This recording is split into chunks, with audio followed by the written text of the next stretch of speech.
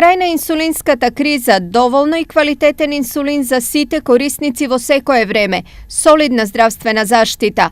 Ова се само дел од ветувањата што новиот министер за здравство Арбен Таравари им ги кажал на диабетичарите на средбата со нив. Сега ќе се испорачуваат најмалку 30% повеќе количини него кои се требуваат во аптеките за секој месец, така да тој период од 10 дена додека да дојде новата пратка, да пациентите бидат задоволени со инсулин. Освен доволни количини, диабетичарите од новиот министер побарале и инсулин кој е проверен и со гаранција за квалитет. Исто така реагиравме да се преиспита и паралелниот увоз, кој последните години го вршеше досегашното министерство, кој доаѓа од Казахстан, преко Турција, во Македонија, а исто го произведува, да речеме, Новоножици и не знам која фирма.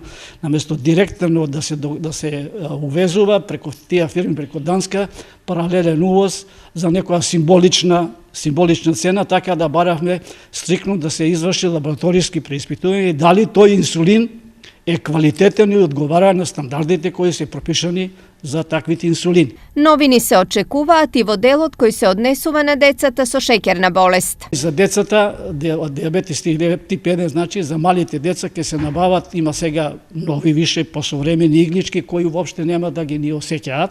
Добивме и тоа дека ќе се заврши. Ова е прв пат по 10 години вратата на Министерството за здравство да се отвори за диабетичарите кои во изминатите неколку години се соочуваа со редовен недостиг на инсулин со сомнителен квалитет, немање на ленти и апаратчиња за мерење на шеќерот во крвта.